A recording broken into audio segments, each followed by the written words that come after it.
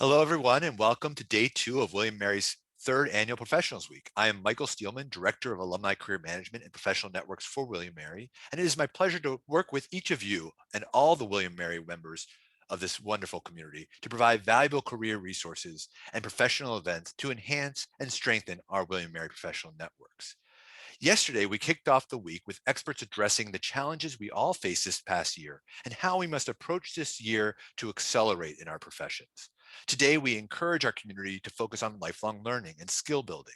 We have today's session, as well as a 3 p.m. networking session at 3 p.m. Eastern Time planned. But we also recommend you check out the on-demand webinars on wmalumni.com/webinars to continue your professional development and lifelong learning. Now, before I turn things over to our guest speaker, I just have a few technology items to cover. Today's conversation is being recorded, and we will notify all registrants once the recording is available. For questions, please use the Q&A icon on Zoom control menu. Throughout the hour, I will monitor the questions and address the questions with Kirsten at the end of her presentation. Now on to our program, Growing Grit in Challenging Times. Between the pandemic, job losses, Zoom for school, and work, or both, not to mention complete upheaval in our daily lives, we've been left reeling. How do we cope when it's Groundhog Day every day? Here to address these questions and more is William & Mary alumna Kirsten Jones. Kirsten, a Hall of Fame D1 volleyball player from William & Mary and 14-year Nike executive, is now a motivational speaker, writer, and peak performance coach. She hosts the Raising Athletes podcast with Susie Walton on iTunes. Kirsten and her husband are currently raising 3 teenage athletes and a COVID puppy in Los Angeles, California. You can find out more about Kirsten on her website at kirstenjonesinc.com or follow her on Twitter or Facebook at Kirsten Jones Inc. or on Instagram and LinkedIn at Kirsten Jones Coach. We are truly fortunate to have Kirsten join us today from Los Angeles. Without further ado, Kirsten, please take it away. Yay. Thank you, Michael. Thank you so much for having me. It's wonderful to be home at the tribe, even if I'm not physically with you all, coming in from Los Angeles. But yes, as Michael said, I had the privilege of playing volleyball at William & Mary, playing for the tribe, and then did what every East Asian Studies major does, who got a degree in Japanese, and I moved to Eastern Europe. My parents were not excited about that. But when I moved to Eastern Europe, I kept asking myself what it is that I really wanted and what was I really curious about. And I'd been a lifelong athlete. I'd always played sports. And so I was lucky enough to stumble across Nike. I was living in Budapest, Hungary in 1993 and found Nike. And in 1995, I moved to Vienna, Austria, and started a career in sports marketing and eventually into product. Moved to their office in Stockholm, Sweden, worked for them for the Eastern European business, and then moved to Amsterdam and was in Amsterdam another 5 or 6 years, a total of almost 10 years in Europe before moving to the United States and working for Nike at the world headquarters. One of the best jobs I had at Nike was actually running a program we called Product Creation University, where I helped others teach and learn about how do we make great product, how do we come up with ideas, how do we collaborate. And it was kind of what gave me the spark around what I do now, which I love working with people and helping them get unstuck. We all have things that hold us back. We all have things that get in our way. That's normal. But peak performers, which I know all of you are because you went to William & Mary, all have ways to work around that. And I'm so excited that you're here today, that I can share with you some of the things I learned and what keeps me up at night is learning more about peak performance and how do we get even better at what we do. So if I can ask you for a minute to close your eyes and think of this tree or a tree, your favorite tree. Maybe it's an oak tree. Maybe it's in the middle of a park or at your school or in your house. But what we know about trees is they're big and they're strong. And as they get stronger, the roots go down, down, down into the ground. And the branches come up and they go up into the sky. And even if it's not sunny where you are right now, they are reaching towards the sky, towards the light, for growth. And as the roots get deeper into the earth, they ultimately find this amazing aqueduct down below. The strongest trees are the ones that have their own aqueduct. They have their own nutrition system. They can feed themselves and keep themselves healthy. And when a strong wind blows, when there's headwinds, their trunk is so strong that they're able to withstand even the biggest headwinds. You are an oak tree. You are able to grow your roots down into the ground and up into the sky. And as you root to rise, whatever headwind comes your way, you're able to face it. You can open your eyes. I believe that ultimately, even though this has gone on far longer than we ever thought it would, this pandemic thing is going to go on for a couple of weeks and we'll have it solved, right? Well, here we are a year later and it's still going on. So while we may not know exactly when we're through this, what we do know is at some point, you'll be telling a story about what you did during COVID. What happened to you? What were you focused on? What were you creating? And that's what I'd like to spend the next 30, 45 minutes talking about. How can we get through this time? And again, I don't think we're ever going back to a new normal, but whatever the old normal, but whatever the new normal is, how can we, when we're on the other side of it and we're telling our friends or our family or whoever about what it is that we took on during this time, that we're proud of what we did. Because my story continues from having worked at Nike for 14 years. I ended up meeting a hot guy in a bar in Budapest, Hungary, and he joined Nike too. And so I married him, and we'd have 3 kids at the time. They were 8, 5, and 2. And despite thinking that Nike was going to be the forever company for us, he hit a major headwind and he was let go. And for 9 months, we're like, what are we going to do? We're not sure. Well, eventually he landed a new job, and it was in Southern California. But I was still working at Nike. We had the 3 young kids. So we decided, you know what, we've got to pick up and move. I'm going to quit my job as well. We're going to move down to San Diego. Fine, all in. I'm standing at the street corner watching the truck that loads our cars onto the back of it to drive it down to San Diego. And the home phone rings. And it's my husband. And he says, I don't know if this job is going to work out. Wait, what? You just got this job. I just gave up my job. We're moving, to another state to make this work. And as fate would have it, 2 weeks later, this was October of 2008, the market went off the cliff. So now we've lost the jobs. We have a new job that we're not sure if we like. We can't sell our house because everything dries up. The banks are overturned. The economy's upside down. People are hoping that they can hold on to their jobs. For 6 months, we sat on that house. It didn't move. Eventually, we get to the other side and we're able to sell the home, and we buy the new dream home because this is where we're going to be, San Diego, the rest of my life. This is going to be amazing. And we move into the home, and I get the kids into school, and 2 days later, the Comcast cable guy is there and he's hooking up the TV, and I'm upstairs unpacking my daughter's clothes, and my husband calls again. I'm coming home. No, wait. We just bought a house. We just settled down here. Said, yeah, somebody new bought the company and they don't want the leadership that, even though I'm only 9 months into this job, they don't want any of us here. So once again, here comes that headwind. And I'd like to tell you that, yep, after that, it was just smooth sailing and we just went to the next job and everything's been perfect ever since. But in fact, we moved 4 more times and had 3 more jobs before we found one that the roots have gotten so strong that we're able to survive any headwind. And it's actually a perfect job for him, which I'll tell you about later. And then I was able to find my job. But I share this story with you, not because this is, even if you haven't lost a job, maybe you have health issues, maybe you have family issues, relationship issues. We all have headwinds. We all have things that challenge that tree, that want to push us over.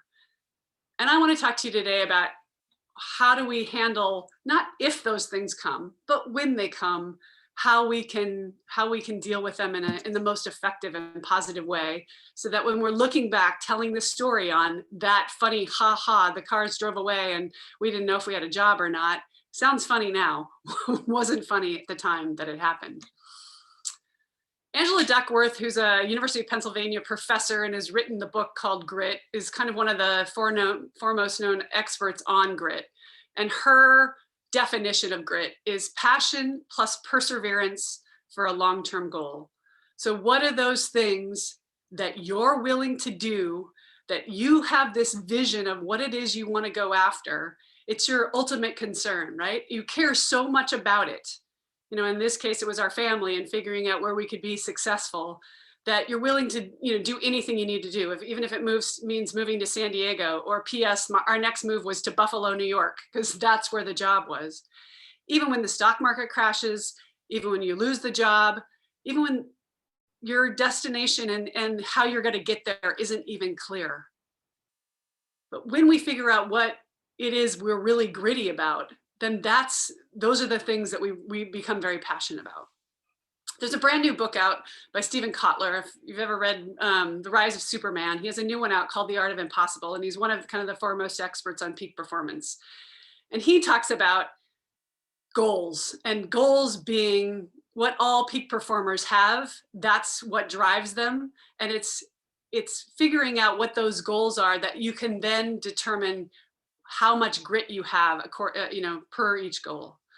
So he talks about big I impossible goals and small I impossible goals. So big I impossible is your massively transformative purpose. Like Greta Thunberg, who at 14 decides she's going to start really focusing on our environment. And nobody would, a 14-year-old, you don't have any control over the future. How could you possibly be a voice? Yet she stood up day after day and now has thousands of children that have started to follow her and make a difference in the world and stand up and say our environment is important to us. Or if you're familiar, if you're in the sports world, of Roger Bannister, for years and years and years, there's no such thing. You can't run a 4-minute mile, less than 4 minutes. It's just not possible. It will never happen. Yet in 1954, Roger Bannister runs a sub 4-minute mile. And within months of him breaking the 4-minute mile, dozens of other men broke the 4-minute mile. Today, up to today, over 1,400 people or men have run sub 4-minute mile. So what feels impossible, all of a sudden not only becomes possible, big I impossible, becomes possible, and then becomes something that a lot of people can do. Same with Elon Musk, right? We're never going to get rid of oil. We're always going to need oil for gas. And 10 years ago, even if you'd said, yeah, we're never going to the moon, we're never going to Mars, or we're never going to be able to have electric vehicles, look how far we've come. Those are all examples of massively transformative purposes. Perhaps you have one, perhaps you don't, that's okay, but here's a great exercise. So just start thinking about, list 5 things that excite you, that keep you up at night, that your curiosity just always gets the best of you when you're trying to solve it. And it's got to be massive in a place that there's no way anyone can do that, right? And below that become the little I impossible goals, which are your high, hard goals. So other people have done it, but it's something you've never done. So maybe you've never gotten your MD or your PhD, or in my case, right now, my biggest high, hard goal is writing a book. And I've been working on it for 4 years, and it's gonna happen this year. It's a very high, hard goal because I've never done it before, but I'm very focused on making it happen, and every day iterating on it. So if you could write down right now, if 1 or 2 or 3, and at the end, I would love to have you share in the Q&A if you want, what high, hard goal are you working on right now? And if you don't have one, that's fine. But maybe here's a good time to start thinking about what that could look like for you. Because the next step below that, another small I, how do we get to the high, hard goals? that comes through daily practice, daily rituals. That's what Stephen Kotler calls your clear goals. So I'll get into that a little bit later about how do we do that every day, but having things that you're holding yourself responsible for that go towards the hard goal or ultimately towards your MTP. So if you think about, if you came up with a hard goal and you think about when we talk about grit, and this is Angela Duckworth's test that you can actually take online. If you have something that you're focused on, think about one thing. Don't think about, am I a gritty person? Because there's some things that we're super gritty about and other things that we aren't. So I wouldn't lump yourself all into one category or gritty or not, but pick a hard goal and then take it through this filter. Because if you ask yourself these questions about writing the book, right? I don't care how long it takes me to write this book. I enjoy the project. I'm going to make it happen. I'm working towards that, every day. It's deeply connected to my values. It's something that I've really wanted to do for a long time. It's a parenting book to help parents of athletes reach peak performance. It's a book that I always wanted to read. I'm always listening to podcasts or reading other experts' books. I never get tired of that subject. I pitched last January to 20 different agents and I got crickets. Actually, I got one rejection. No, thank you, not interested. But then I went back and I, took a few months off when COVID hit. And then I hired a book coach who's written 20 books of his own and said, yeah, I can help you with that. And we're now getting ready to start pitching again to other agents. Is it discouraging? Yes. But is it something that I'm very passionate about? I'm willing to overcome the setbacks, right? At some point, I will finish this. This is going to be something I do. So, Tom Brady, if any of you are fans or not, depending on where you live, right? But he was 7th on the depth chart at Michigan. He got drafted 199th in 2000 in the 6th round. The scouting report on him was average arm, not great lateral speed. If you got him into the right system, perhaps he'd survive a while. 21 years in the league, 10 Super Bowls, 7 championships. And when you ask him, what is it about you that made you who you are? He says, I love what I do. My wife keeps telling me, yeah, what's 5 or 6 or 7? How many do you need? I don't do it he's not doing it for the external benefit or the extrinsic rewards. So I don't really even care about the MVP. I'm not doing it for that.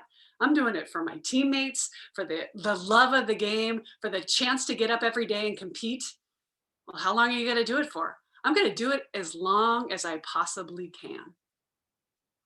So that's grit. That's someone who, after college, was barely, yeah, maybe he'll make it. Steph Curry, same thing, right? Yeah, and now he's been the MVP 2 or 3 seasons.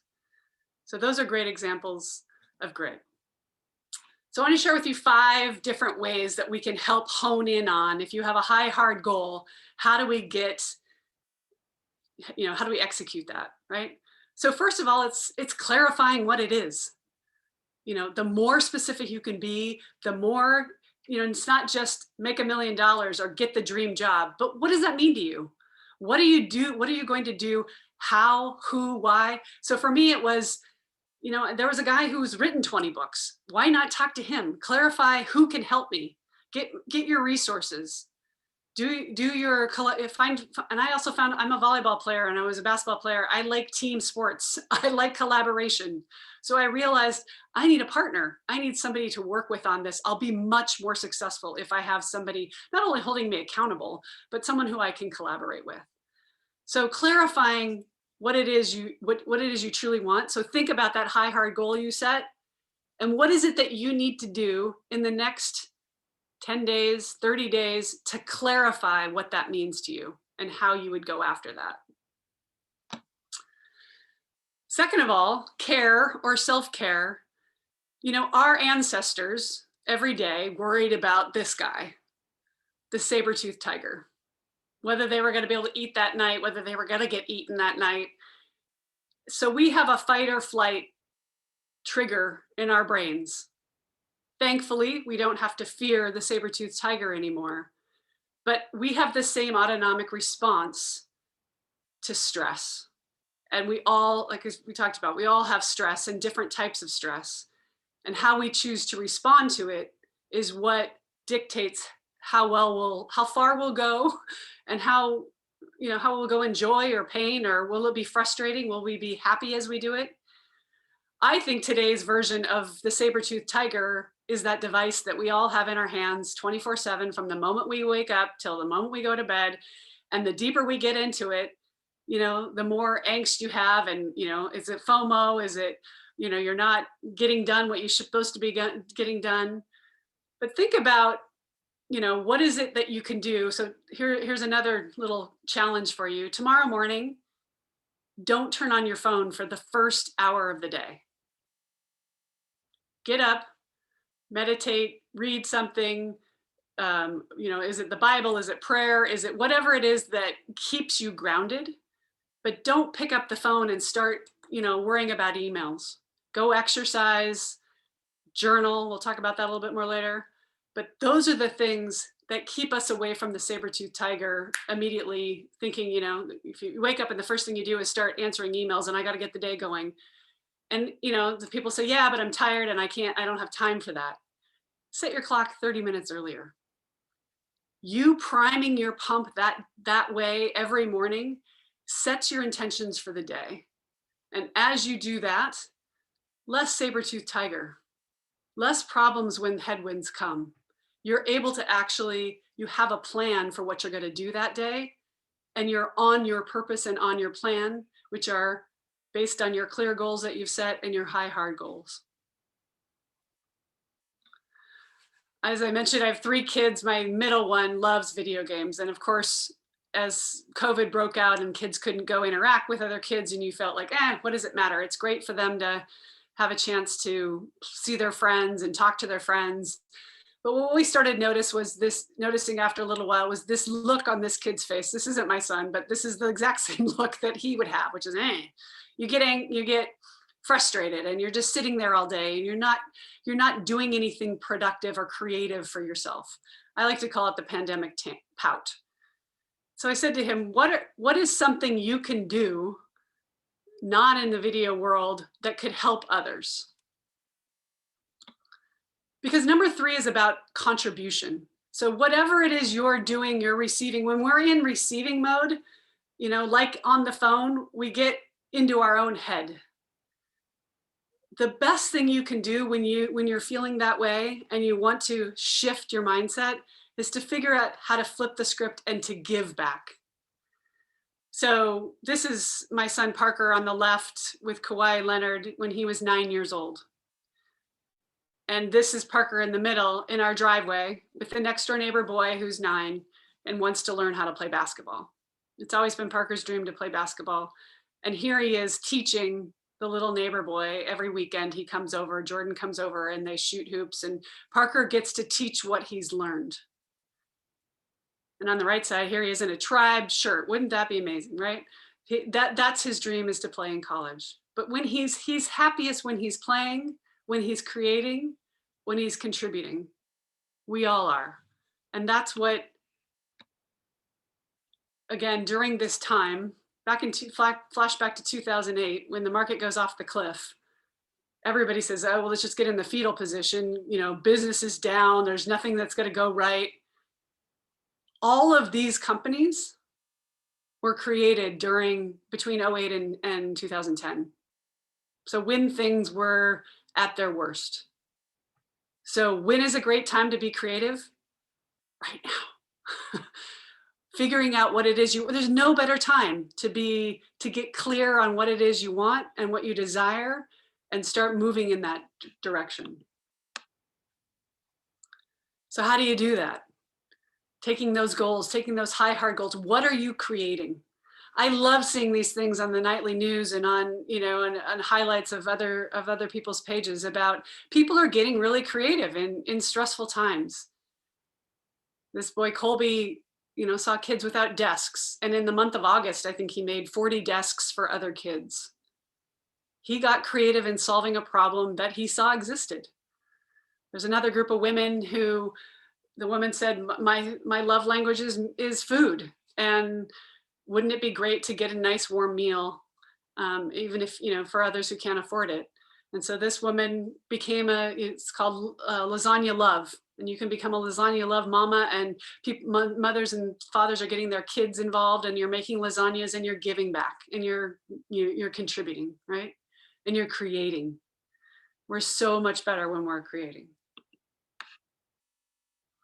And the fifth one is about capabilities. You may say, well, that's great, Kirsten, but I don't know. I have no musical talent, or I've never done that before. Where do I start? Well, as I mentioned, my husband, who got kicked out of one job and the next few didn't work out, aside from being an athlete, he was a basketball player. He was also a guitar player and a musician. And back when we left Nike, even before I was doing this job officially as a peak performance coach, I asked him to write down what his dream would be. Where would you work if you could work anywhere? And he said, well, that's easy. I'd work for Fender, the best guitar company in the world. So flash forward another 8 years, but that's what brought us to Los Angeles. Is he works for Fender Guitar now. And when the pandemic hit, they have this app called Fender Play, and it teaches you how to play guitar. So you can download this app. It was $9.99. And when the pandemic hit, they said, you know what, we should just give it away for free. So they had 30,000 subscribers when the pandemic hit. And within 3 months, they got 1 million people to download the Fender Play app. And then the superintendent of LAUSD, Austin Butner, came to Evan and said, you know what, we should help these kids who are home in the pandemic and they don't have anything to do, or they don't have other. So Fender donated over 1,000 guitars, ukuleles, and basses to these kids in inner city LA. And they created a program with the LAUSD teachers, a music class that ran all summer long. And they all had guitars shipped to their house, or basses or ukuleles. And at the end of the summer, Chris Martin from Coldplay and a couple of their big stars, they put together, it was virtual, but a celebration and a graduation for all of these kids who at age 6, 7, and 8, starting, got this gift that they never expected they would get. I believe in 4 or 5 years, because they're going to now do this all year round, right? The fall class sold out in 30 minutes or something. So they're going to continue, and they're going to roll it out nationwide, actually, and giving back. But if you know who Her is, she played at the opening of the Super Bowl, and they made her this gorgeous guitar. She got her first record album at 14. So I'm guessing she started playing probably at 6, 7, or 8. Maybe about the age that some of these kids who just got guitars played. She had a vision. She's kept working on it. It started really young for her. I believe that one of these kids, I can almost guarantee you, one of them will, even if they don't become a superstar, they'll say, gosh, I fell in love with this thing I never knew was possible because of this opportunity that I had. And on the flip side, if you look at Olivia Colman on the left side, who won Best Actress for The Favorite. I was going to play the video, but unfortunately, little technical difficulties, but I can send you the link for it. But in her speech, she is thanking everyone and is overwhelmed. And she says, I used to clean houses, or used to be a cleaner, and I loved that job. But I would spend a lot of time standing in front of the mirror giving this speech. She didn't get this trophy till she was 45 years old. And for years and years and years, she was gritty. She had this vision of wanting to be an actress. But in the meantime, she was cleaning. And I love that because she was not unhappy with what she was doing. So it's not about being miserable and, oh, this is horrible, and, oh, I hate my life. But it's about having that vision, that high, hard goal of, this is what I really want to go after, even though it scares the crap out of me. And she says, I really couldn't believe this actually happened to me. She's like, here I'm staying with Meryl Streep and Lady Gaga. But they do happen when you do get clear on what it is you want. And you start building capabilities, maybe over months, maybe over years, maybe over decades before anything really shows up, right? About 5% of what we do every day, just the tip of the iceberg, is our conscious mind. 95% of what we do every day is subconscious. It's below the water. We are just responding. Habits are between 40 and 60% of what we do every day. I get up, I brush my teeth, I go to the bathroom, that's habitual, which is great. But capabilities, things that we want to grow on, we have little voices in our head about what we believe is possible or not possible. And a lot of it is subconscious.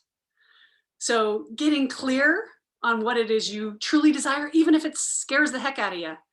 In fact, it should scare the heck out of you. Those are the best ones, because that's when you know you're onto something. That's when you know pushing the boundary, being the outlier is okay, and you're going to be fine, right?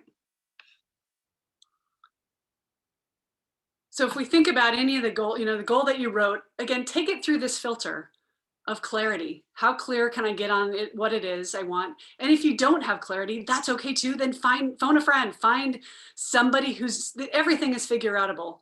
Somebody has done what you want to do. Ask them for clarity, ask them to collaborate with you. Through this pandemic and through every day, what are you going to do that's going to help you recharge your batteries? Even if it's 5 minutes in the bathroom alone without the dog or the kids, right? Even if it's just before you put your foot on the floor, you're giving yourself 5 minutes sitting up in bed with your eyes closed, thinking about your day. How are you going to contribute? What are the things that you're creating that are going to inspire others? And high tides raise all boats, by the way. So you giving out more, you get more of an endorphin rush when you contribute than when you receive. What are you creating? What are those things that you've always wanted to do? I don't have time for that, or that's not possible. It's one of those things that's outside of my comfort zone. And maybe the capability right now is zero. I've never played guitar. I've never spoken a different language. I've never, studied that topic. But this is the best time to be looking at what those capabilities include that you would need to get there, and then figuring out how you do that. Now you may say, great, that's great, Kirsten, it's all positive and everything, and that's easy for you, but my brain isn't wired that way. Well, here's the good news. Optimism is a muscle, and you can grow it. So just like you work out at the gym, just like you physically get fitter, optimism is something that grows every day too, can grow every day if you choose to. And it's fairly simple. It's things like writing down first thing in the day, writing down 3 things you're grateful for today. The roof over my head, the chance to hug my children, this warm cup of coffee, right? Here's one I always challenge my clients with. What are the random acts of kindness that you can do? And even if you can do it without getting caught, that's even better. You're doing something that's actually quite selfish. It's giving you the endorphin rush just by helping someone else without waiting for the attaboy or attagirl. You're doing it because it's the right thing to do. That actually helps you get more optimistic. That's when these ideas start popping in your head of, oh, I hadn't really wanted to try that. It's you're actually priming your own pump and putting yourself in your own best mood, right? Laughing. Read some study about kids laugh 300 times a day, or at least pre-pandemic they did, and adults laugh maybe 15, a chuckle or a smile or whatever. We need to figure out ways to, laugh out loud more often. And that comes through doing things that you're passionate about. That comes through pursuing what you love. And this, as I work with athletes, is probably the biggest thing that gets in their way. And it gets in all of our ways. Our mindset. Whether you think you can or you think you can't, either way, you're right. When you tell yourself about I would do that, but I'm too old. Well, I would do that, but I'm too young. Well, I would do that, but I don't have that great of arm. Well, I would do that, but as soon as you say the but, everything you just said before it is negated. If you truly desire something, if you really feel like this is your calling, this is something you want to do, and you're gritty enough to face all the headwinds, and you're growing your roots down into the ground to do that, it starts by you thinking positively about what it is you want to do and not putting boundaries on it. And probably the best way to get the endorphin rush is to work out, whether it's walking or hiking or actually, bike riding or setting some kind of physical goal, because it's through the actual physical goal of getting your heart rate up that helps us, our brains start to, the neurons start firing and we start thinking about what's possible. So here are a few more of those tools that can help you figure out what it is you want to go for if it doesn't come to you immediately. And then how do you do that? So mindfulness and meditation. If but I got a monkey mind, I can't meditate. Even doing something like listening to a guided meditation on Calm or Headspace, something that just allows you to quiet your mind. You're never going to shut your mind off. That's like saying, okay, I'm going to stop my heartbeat. You don't have control over that. And you're not asking to have control over that, but what you are looking to do is give yourself those even 2 second, 5 second, could be as little as 1 second pause of all the noise that's going on in your head about what's not going well, so that you can get clear on what it is you want.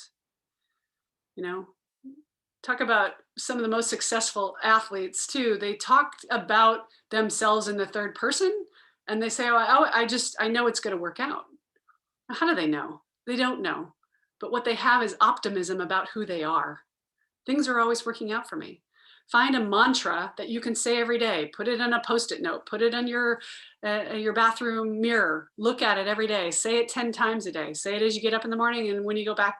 Well, it's all hocus pocus.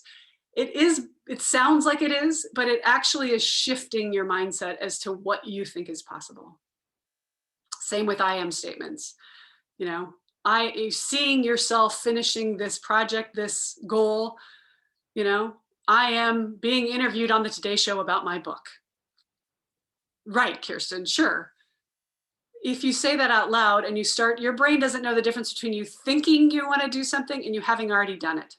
So setting those kind of intentions around what it is you want, and then leaning into that by picking some things that may be hard and then maybe daily.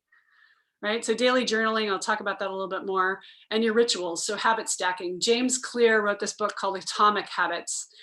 And he talks about, if you have one really good habit or one habit that you do every day, like it is drinking your coffee, and you want to be journaling, you stack them. So you have one habit that you already do and you add a second habit to it.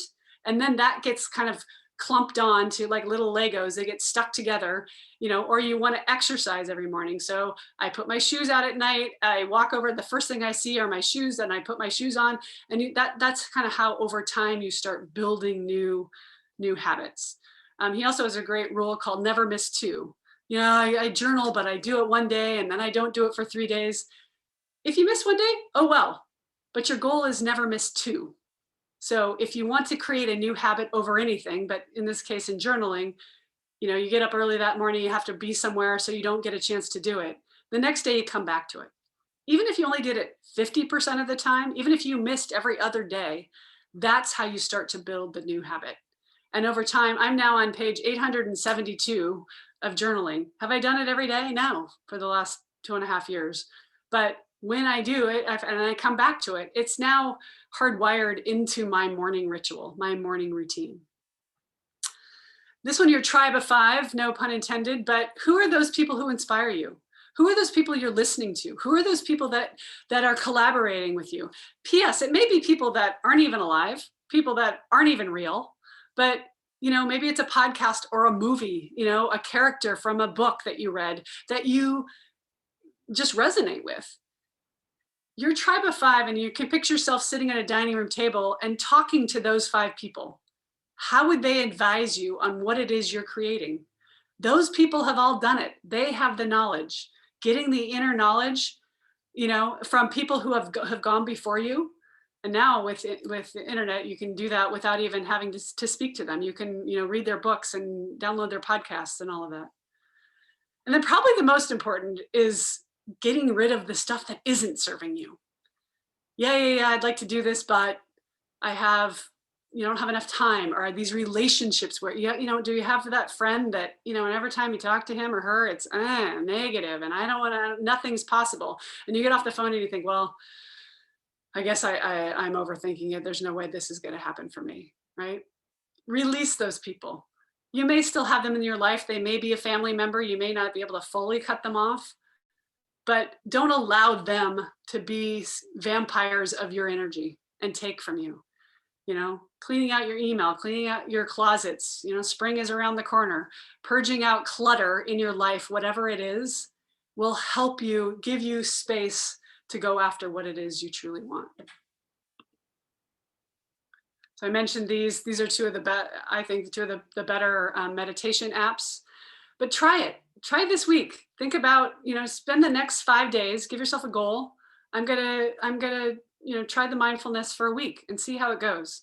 It's not overnight success and woohoo, I'm a totally different person, but it gives you this opportunity to think about, what is that high, hard goal? What is that massively transformative purpose that I have? What is it that I want to do today? And allowing yourself to get quiet with it.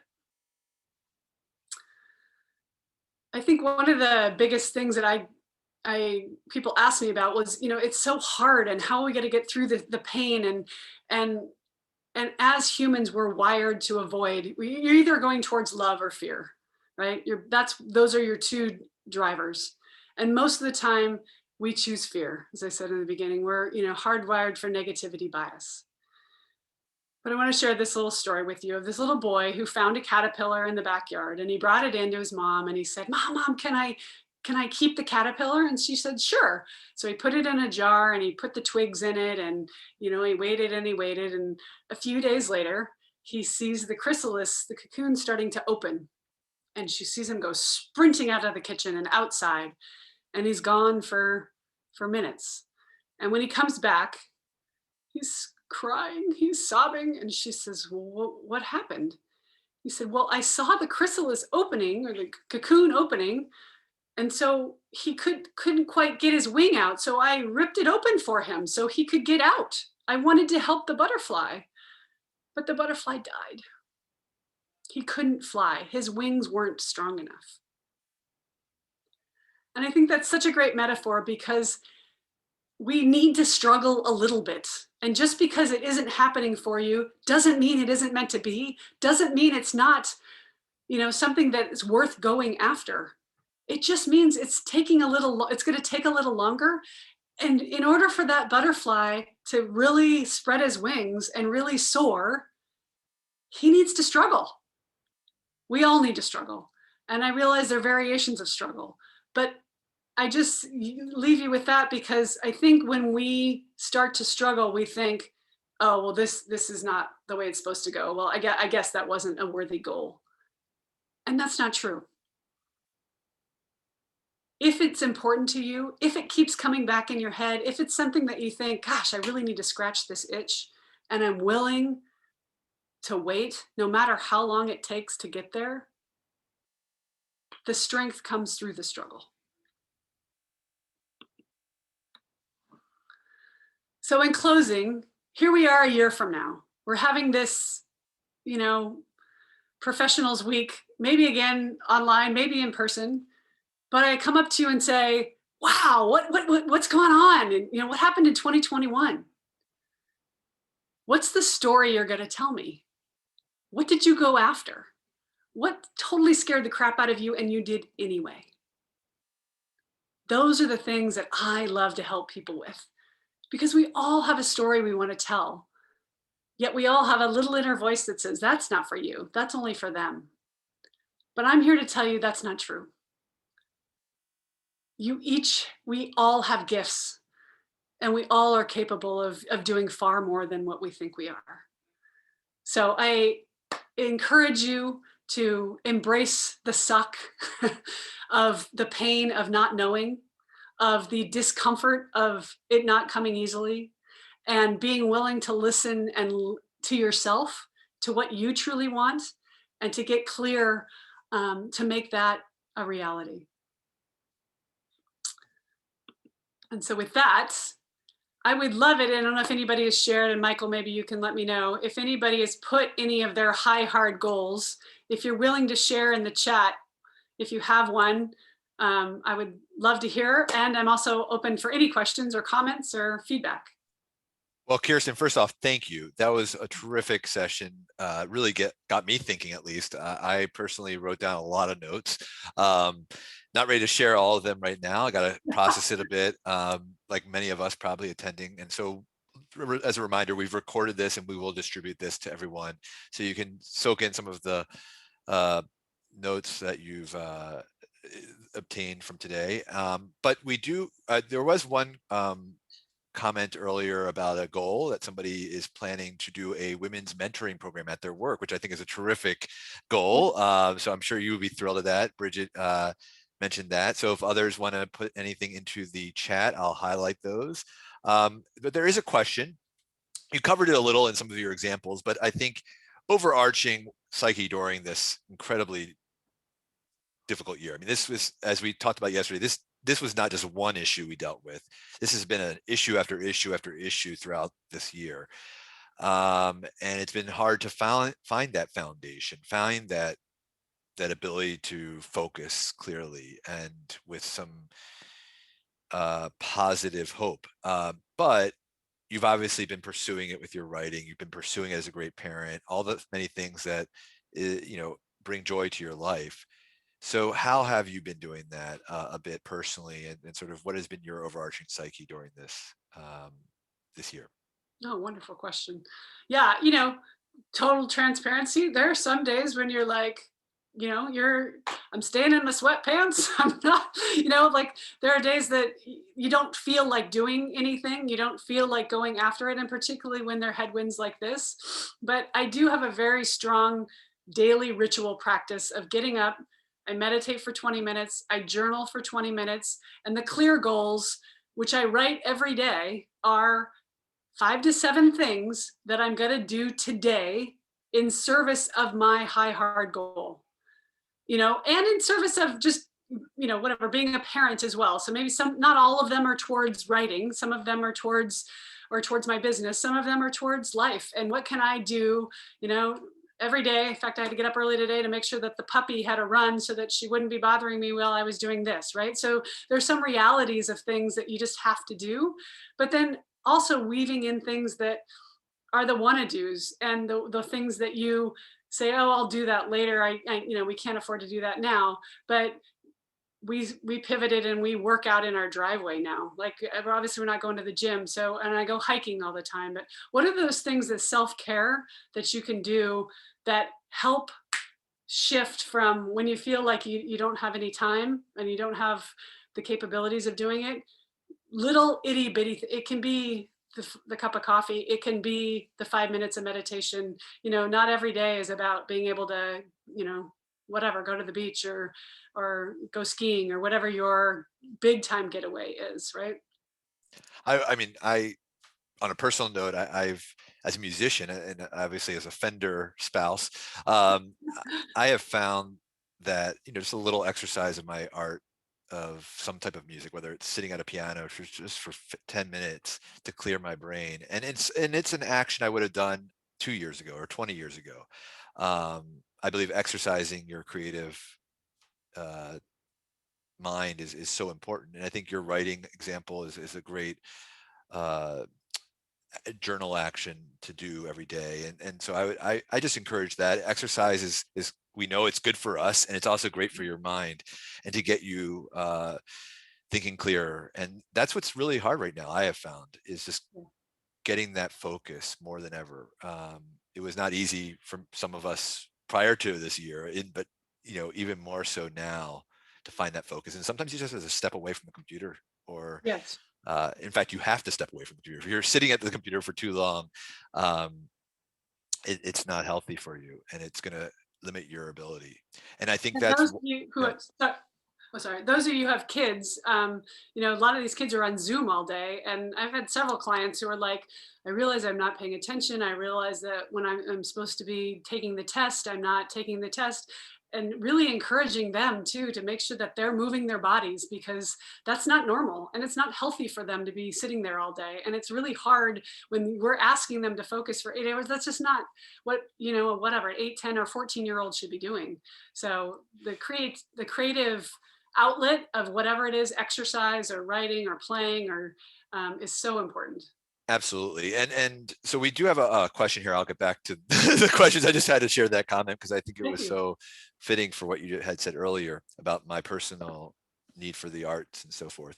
But I will ask this next question. Somebody put in here that they are looking for strategies of redirecting their purpose. So they were working towards a lifelong goal when something happened in their health, a serious health limitation has put them on sort of a pause on that.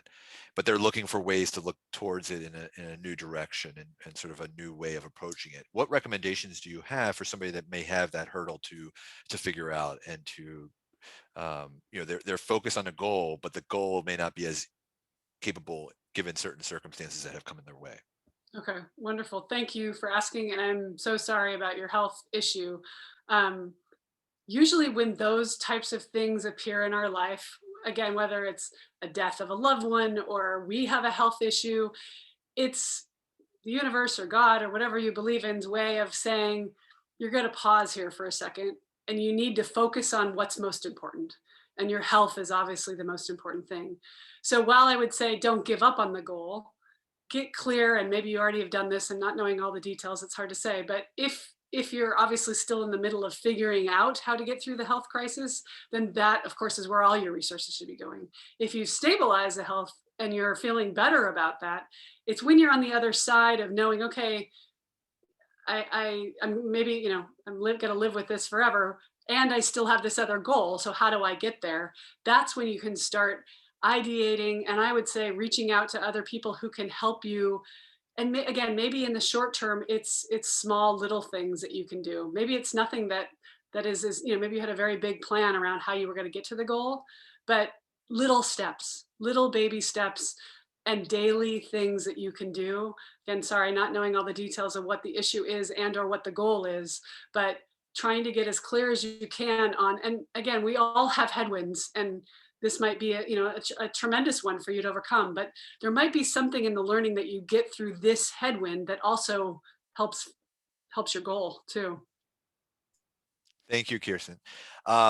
So this person loved the presentation, but had one question about what do you recommend for individuals that may be dealing with the imposter syndrome, especially young professionals tend to feel a lot of the mindset, I could do this, but comes around. And I hear this a lot with one-on-one conversations I have with not just young professionals, but a lot of people in our alumni community of William Mary. And I think it's a really good question. So I would be curious what you advise, It's especially during this issue of limitation in a pandemic, whether it's experience level and the sort of environment in the office setting and so forth, or other challenges that may face this environment that we're in right now. such a good question. And yes, I get it all the time. And I've coached NFL players, I've coached athletic directors, I've coached kids and their parents, and at every level, people have imposter syndrome. In fact, some of the best and most successful people, you say, wasn't it just a foregone conclusion that you would get there? And they said, oh gosh, no, I never thought that I could do this. This was not possible for me. And the fake it till you make it is not exactly it, but what are the little itty bitty steps that, because what you need to grow is your confidence. Competence grows confidence. So is it a topic that you need to become more knowledgeable on? Let's just say it is in the workplace, and it's in, you want to get to the next level, but you don't have the level of detail of how to read the finances. So what is it that, if it's a competence in a specific area, how do you get that knowledge so that you can feel confident when you go in to represent yourself or to get to that next place, right? We fear the imposter because we give more credit to the person who's already done it than we give to ourselves. Yet when we realize they put their pants on the same way. They had to figure this out just the way you did. And that you taking a swing, so taking your the fear off of, if it doesn't go well, what if I land flat on my face? What if I make an idiot of my, you win or you learn, right? So how do you grow? By figuring out what competencies do I need to get, and how much courage can I have in getting that. So find safe places to try to build courage. Maybe it's with a friend. Maybe it's, if you're trying to learn a new subject, tell somebody you just met about it, right? And if they don't care, that's fine. You're never going to see them again. Then if you get good at it, tell your boyfriend, significant other, your family member. And if they kind of question it, then you go, great, okay, now I'm going to try it a third time. But building the skill set around what it is you want to get confident in safe little ways. And then you'll take bigger and bigger risks as you go. I have a podcast, right? And of course I had all these big dreams of who I want to have on the podcast. And, I want to get Michael Jordan and Mia Hamm and everybody, right? And that's not going to happen. But who can I start with? Well, I can start with the guy who played professional soccer, who was, a roommate or lived next door to me in college. And he knows me and he's willing to come on. Start with who you know and get comfortable with them. And I got better at the podcast. And now and now I'm supposed to have an NBA coach on next month, right? But you don't start there. You start with where you're comfortable and let it grow organically. Love it. I could not agree more. That was wonderful. And I could go on and on. I think we have time for maybe one more question here. Okay. It's a lofty question. So I will preface that this question came in that this person's currently, they're looking for a new job after being with one employer for many, many years. So they're doing specifically a job search, but having not done one in a while. What advice would you give somebody in this environment and in this process with changing jobs, having not really gone through this? It's definitely a big goal to do, and how to best hone in on that, because I'm sure this individual is not alone. I'm sure there's many of alumni that have realized in this year they want to do something different, and this has maybe been an awakening moment that oftentimes happens when we're hit with tragedy or challenge that's not easy. We realize certain things that we want to reprogram, refocus our direction. So I think this is applicable to not just this individual, but certainly others watching. I agree. Yes, it's happening a lot right now, and whether by choice or not, people are shifting and people are deciding they don't want to live in New York City or Los Angeles, and I can live in Denver, Colorado and work in Austin, Texas, right? So there's all this flexibility in how the world is working now too. But when you're looking at pivoting and making a job change, think about your why. Why are you doing what you do? Why did you work for that company that you did? What were the best things about it? What were the challenges about it? And when you think about what the dream job is, what does that entail? Where do you live? What are you doing? And that's the story that, you may tell 10 recruiters, you may tell 100 recruiters, but your elevator pitch about why is it you left? Why did you pivot? This is actually what I'm looking to create. This is the environment I want to be in. Do you want to telecommute? Do you want to be a part of a team? Do you want, those are all the things that getting clear on what it is that your best case scenario is. And don't be afraid. Was it more money? Was it a bigger title? Was it, a chance to be more creative? One of the limitations of Nike, as great of a company as it was, is kind of like William and Mary, where everybody is smarter than the next person. At Nike, everybody was super talented too. And what happened was you ended up getting your responsibilities shrank to the point where you really didn't have a lot of room to be creative because it was such a huge, well-oiled machine. So if you've gone from a big company that you've loved, but I just want to be entrepreneurial because it's going to give me a chance to gain a lot more skills, get clear on what it is that your dream situation is and why. Your why is so powerful because that will drive everything else. Don't worry about the how. The how is what we all focus on. We get stressed and, well, how am I going to get that job? And how would I ever get to Fender? And how would I ever, don't focus on the how, focus on what it is I want to do and why I want to do it. And if you really get clear on those two things, the how will show up because you'll keep iterating on the what and the why. I will just add that we do have some, that was terrific, Kirsten. I loved it. We do have some webinars that address some of the job searching basics and things that might be Cool. helpful for that person as well as others in a job search, as well as a career design fellowship program that we've partnered with a company called Mission Collaborative on for several times, and hundreds of alumni have taken advantage of that program. It's not free, but it's a manageable cost, and it's a 30-day commitment, and it has accountability partners, and it really creates a way to take some of Kirsten's recommendations and put it into practice in some of your goal settings, and really creating a plan. So if you are looking for an accountability partner within the William & Mary community, I highly recommend that program. And the early bird pricing ends in early March next week. So I'll send another reminder email to alumni this weekend, so you'll probably see it in your inbox. But more importantly, we are here today. Kirsten, thank you very much. I have a few final remarks to say as part of Professionals Week, but we truly appreciate all you've done for the William & Mary community. You started this year off early on with a program for students, current students, that help their professional development, and they raved about it. We had already had you in the plans for this week, but appreciate your extra effort to give back to William & Mary. We know you definitely have green and gold in your blood, and as a former athlete and leader of our athletic community, really appreciate your commitment back to William & Mary over the years. And so thank you. For those of you this was your first event for Professionals Week, please don't make it the last. We have a 3 p.m. networking session today. So if you're looking for one-on-one connections and expanding your network around the country and around the world, please join us. We have alumni from all over the world joining. So please do not miss that, 3 p.m. Eastern, and you can get the website at wmalumni.com. Tomorrow every day we've touched on DE&I issues and the importance of inclusivity around our environments and workplaces. Tomorrow we are committing a full day and afternoon programming of it. So I encourage you to sign up for one or all of the 3 sessions that interest you at 12 Eastern, 2 p.m. Eastern, and 4 p.m. Eastern.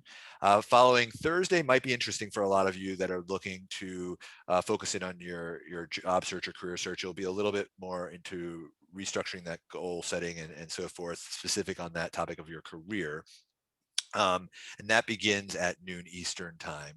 And then on Friday, we'll celebrate and network together. We'll use a new technology called Gatherly that we are excited to try out. It will include, instead of the text chatting that we're used to in the online networking, this will be sort of group video chat, so ability to have one-on-one conversations like Zoom here, but a little more structured in your free flow of moving around a room, so to speak, instead of the Zoom breakout structure.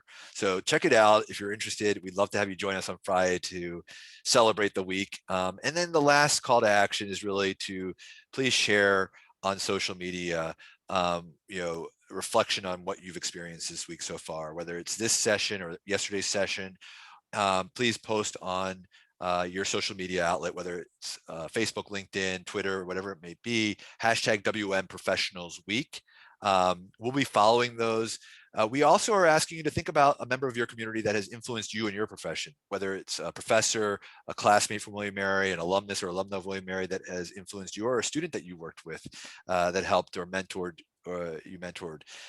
We want to show that gratitude back publicly. So we are encouraging you to include that message as well. And that is it. It's been a great hour. Thank you so much, Kirsten, for joining us from California a bit early in the morning. Thank you all for joining us. Go Tribe. And any last remarks, Kirsten? Just, I would love to connect with anybody. So I might, as I had all those places to reach out on LinkedIn or Instagram or wherever it is you hang out, please reach out and if I can ever be of service, let me know. I love working with peak performers, and I know you guys are. Thank you. You're amazing. Take care, everyone. Thank you.